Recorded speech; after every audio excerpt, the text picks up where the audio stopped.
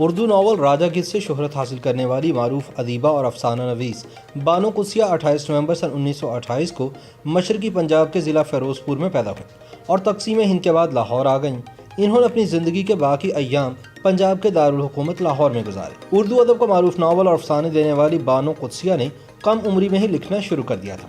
انہوں نے معروف ادیب، ناول نویس اور افسانہ نگار اشفاق احمد سے جوانی میں ہی شادی کر لی تھی۔ بانو قدسیہ اور اشفاق احمد کی جوڑی کا شمار ادبی دنیا کی معتبر اور مقبول ترین جوڑیوں میں ہوتا تھا اور دونوں نے اردو ادب کو لازوال کتابیں دی ہیں۔ بانو قدسیہ نے مجموعی طور پر 30 سے زائد ناول اردو ادب کو دیے، جن میں راجا گدھ، ایک دن، شہر بے مثال، توجہ کی طالب، ہوا کے نام، موم کی گلیاں اور تماثیل وغیرہ شامل ہیں۔ لوگ انہیں پیار اور ادب سے بانو آپا کہہ کر بھی بلاتے تھے اور خیال کیا جاتا ہے کہ ان کی ہر تصنیف عورت کے گرد نہیں بلکہ عورت کی محبت کے گرد گھومتی ہے۔ بانو قدسیہ کے والد بدرالزماں گورنمنٹ فارم کے ڈائریکٹر تھے، جن کا انتقال 31 سال کی عمر میں ہو گیا تھا۔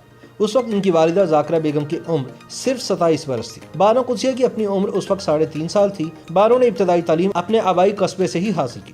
انہیں بچپن سے ہی کہانیاں لکھنے کا شوق تھا اور 5ویں جماعت سے انہوں نے باقاعدہ لکھنا شروع کر دیا تھا۔ اسکول کے زمانے میں بانو قدسیہ نے ایک ڈرامے کا ایسا اسکرپٹ لکھا کہ انہیں پہلی پوزیشن کا حقدار قرار دیا گیا۔ اس حوصلہ افزائی کے بعد وہ 10ویں جماعت تک افسانے اور ڈرامے ہی لکھتی رہی۔ طویل عرصے تک وہ اپنی کہانیوں کی اشاعت پر توجہ نہ دے پائیں۔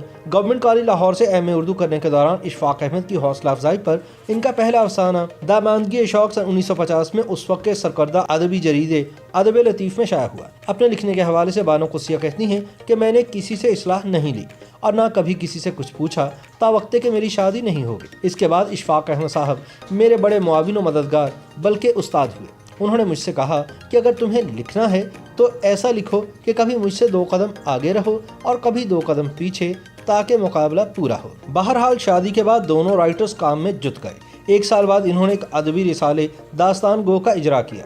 تمام کام خود کرتے تھے۔ رسالے کا سرورق بانو قدسیہ کے بھائی پرویز کا فن کمال ہوتا تھا، جو ایک آرٹسٹ تھے۔ 4 سال تک داستان گو کا سلسلہ چلا اور پھر اسے بند کرنا پڑا۔ اشفاق احمد ریڈیو پر اسکرپٹ رائٹر تھے۔ تلقین شاہ ریڈیو پاکستان پر سن 1962 سے جاری ہوا۔ اس کے ساتھ ساتھ اشفاق احمد فیلڈ مارشل ایوب خان کے ہاتھوں تازہ جاری ہونے والے سرکاری جریدے لیل و نہار کے ایڈیٹر بھی بن گئے تھے۔ ٹیلی ویژن نیا ملک میں آیا تو اس کے لیے اشفاق احمد اور بانو قدسیہ مسلسل لکھنے لگے۔ اشفاق احمد کی کوئی سیریز ختم ہوتی تو بانو قدسیہ کی سیریل شروع ہو جاتی تھی۔ ٹی وی کے پہلے ایم ڈی اسلم اظہر نے اشفاق احمد کو ٹی وی کا سب سے پہلا پروگرام پیش کرنے کی دعوت دی۔ اس پروگرام میں انہوں نے ٹیلی ویژن کو متعارف کرایا تھا۔ اشفاق احمد ٹی وی کے پہلے اناؤنسر تھے۔ ان کا ریڈیو پر بہت وسیع تجربہ تھا۔ یہاں ایک اطالوی فلم بنی تھی، اشفاق احمد اس کے مترجم تھے۔ ٹی وی پر سب سے پہلا ڈرامہ تقریب امتحان ان کا ہی ہوا تھا۔ ریڈیو ٹی وی پر بانو قدسیہ اور اشفاق احمد نصف صدی سے زائد عرصے تک حرف و صورت کے اپنے رنگ دکھاتے رہے۔ ٹی وی پر بانو قدسیہ کی پہلی ڈرامہ سیریل سدھراں تھی، جبکہ اشفاق احمد کی پہلی ڈرامہ سیریل ٹہلی تھلے تھی۔ بانو قدسیہ کا پنجابی میں لکھنے کا تجربہ ریڈیو کے زمانے میں ہی ہوا تھا۔ ریڈیو پر انہوں نے سن 1965 تک لکھا، پھر ٹی وی نے انہیں بے حد مصروف کر دیا۔ ان دونوں کا تخلیقی سفر جیسے جیسے طے ہوتا گیا، داستان سرائی کے نقوش ابھرتے گئے۔ لاہور کے جنوب میں واقع قیام پاکستان سے قبل کی ماڈرن بستی ماڈل ٹاؤن کی داستان سرائی میں اشفاق احمد اور بانو قدسیہ کی یادیں بکھری ہوئی ہیں۔ ان دونوں کا تخلیقی سفر جیسے جیسے طے ہوتا گیا، داستان سرائی کے نقوش بھی ابھرتے گئے۔ بقول بانو قدسیہ، شادی کے بعد مفلسی نے ہم دونوں میاں بیوی کو لکھنا پڑھنا سکھا دیا تھا۔ اشفاق احمد ایک فلم دھوپ سائے بھی بنائی تھی، جو باکس آفس پر فلاپ ہو گئی تھی اور 1 ہفتے بعد ہی سینما سے اتر گئی تھی۔ دھوپ سائے کی کہانی بانو قدسیہ نے لکھی تھی۔ ڈائریکشن کے علاوہ اس فلم کا اسکرین پلے اشفاق احمد نے لکھا تھا۔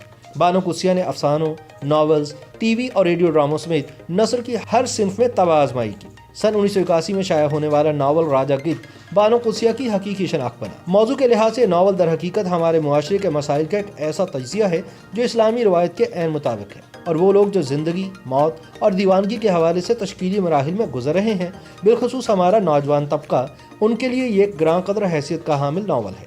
راجا گدھ کے 14 سے زائد ایڈیشن شائع ہو چکے ہیں۔ بانو قدسیہ نے 27 کے قریب ناول، کہانیاں اور ڈرامے لکھے۔ راجا گدھ کے علاوہ بازگشت، امربیل، دوسرا دروازہ، تمثیل، حاصل گھاٹ اور توجہ کی طالب قابل ذکر ہیں۔ ان کی ادبی خدمات کے اعتراف میں حکومت پاکستان کی جانب سے بانو قدسیہ کو سن 2003 میں ستارہ امتیاز اور سن 2010 میں ہلال امتیاز سے نوازا گیا۔ بانو قدسیہ 4 فروری سن 2017 کو خالق حقیقی سے جا ملی۔ ان سے 13 برس پہلے ستمبر سن 2004 میں اشفاق احمد بھی اس دار فانی سے کوچ کر گئے تھے۔